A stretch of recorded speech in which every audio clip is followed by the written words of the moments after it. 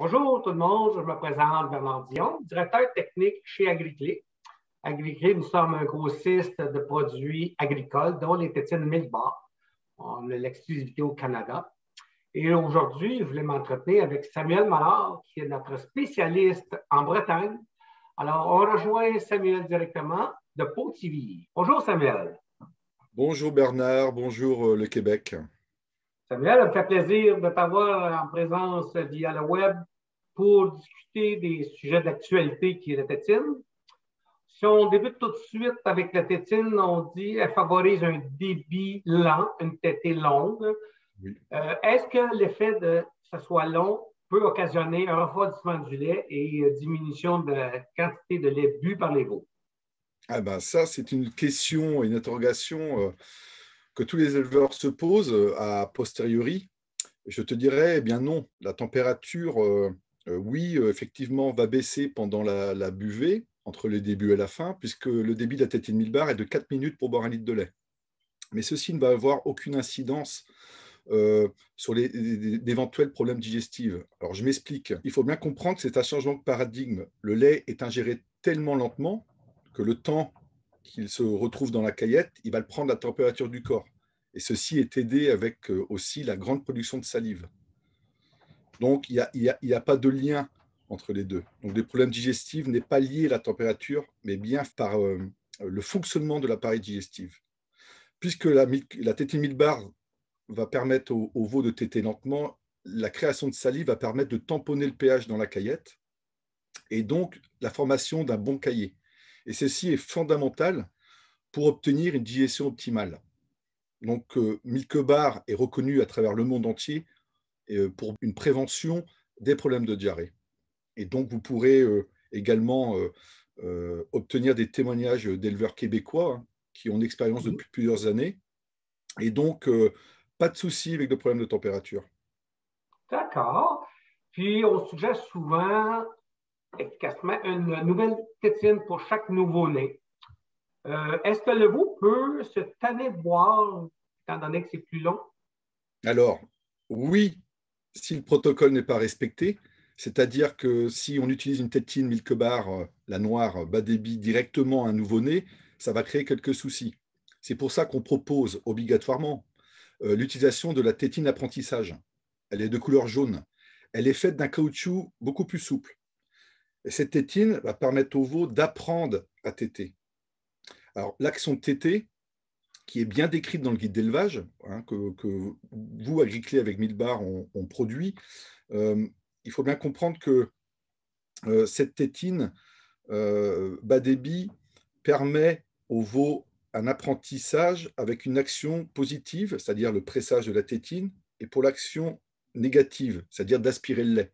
Et ceci demande au minimum une paire de jours, voire un troisième jour. C'est pour ça que nous recommandons l'utilisation de la tétine Millbar à partir du quatrième jour. Le premier repas de transition pourra peut-être être un peu long, c'est-à-dire s'approcher des 15 à 20 minutes, mais le veau n'a aucun problème pour cela. Il est fait pour téter, et donc un veau, sachez-le, n'a aucun problème pour téter 15 minutes. D'accord. Puis, les études nous démontrent également que les veaux élevés en groupe ont des effets positifs sur les performances. Mais qu'est-ce qu'il y en a des risques de tétage entre vous? Ah, les tétages entre veaux, alors c'est aussi une question que tout le monde se pose. Est-ce que les tétines favoriseraient le tétage entre les veaux? Eh bien, je vous dirais que tout dépend de la tétine. Et bien au contraire, Milk Bar est reconnu à travers le monde entier pour être sûrement l'une des méthodes ou la méthode qui permet de prévenir ces problèmes. Alors, vous savez tous que Milk Bar vient de Nouvelle-Zélande.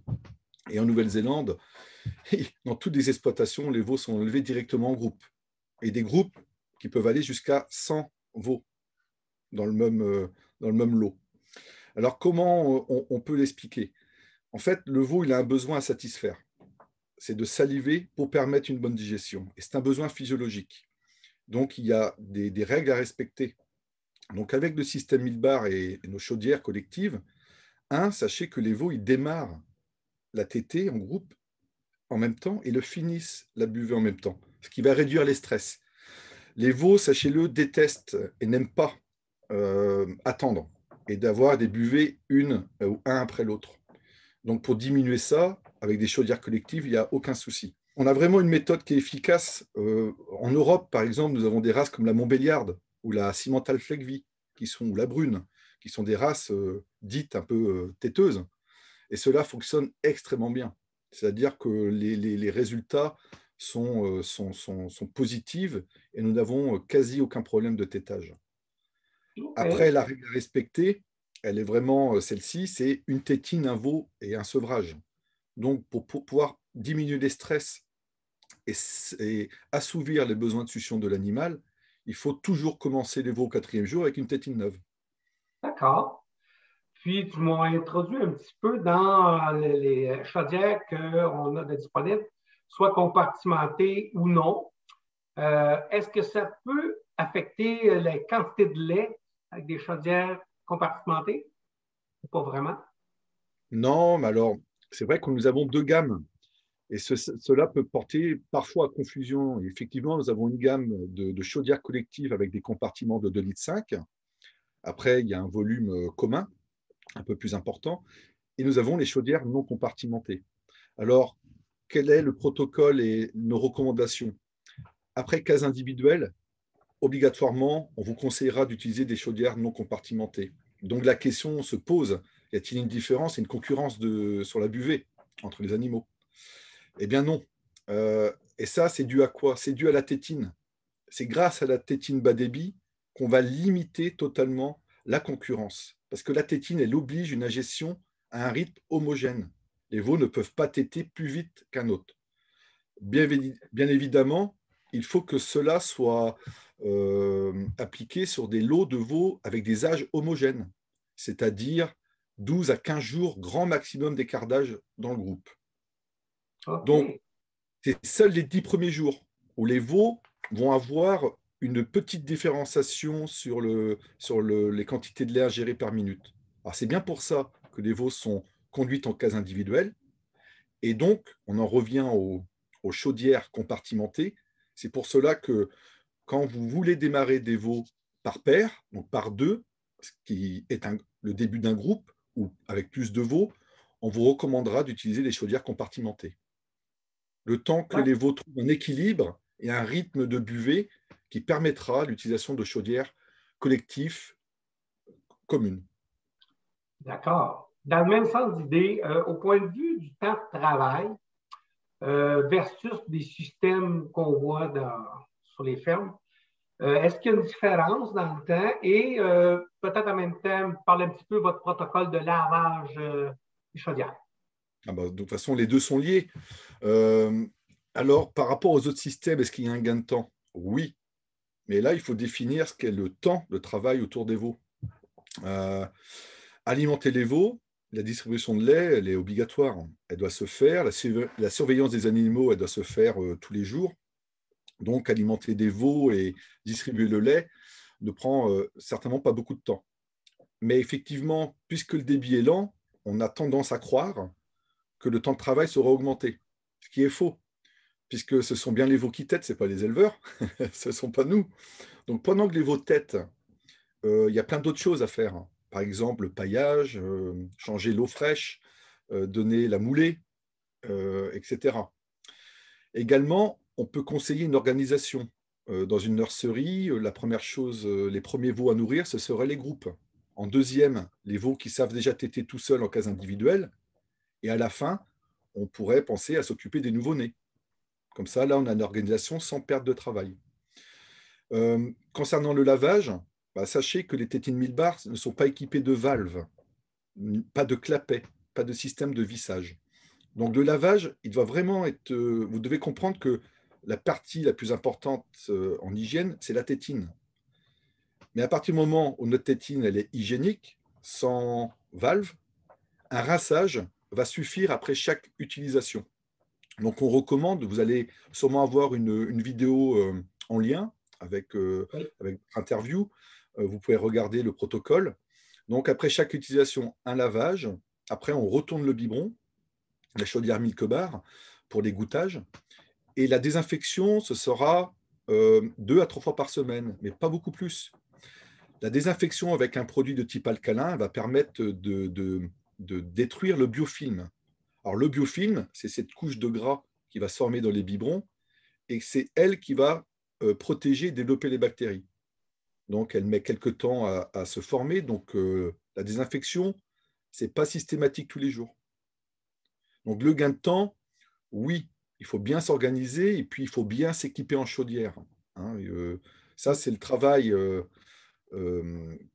très bien réalisé par vous-même, Marie-Clé, hein, mais le conseil, c'est d'être bien équipé en chaudière, équiper toutes les cases pour bien s'organiser. D'accord. Puis je terminerai peut-être avec une question, notre question la plus fréquente quand on rencontre des producteurs, au point de vue économique. Qu'est-ce qu'un producteur peut en tirer d'un système d'allaitement Milbar?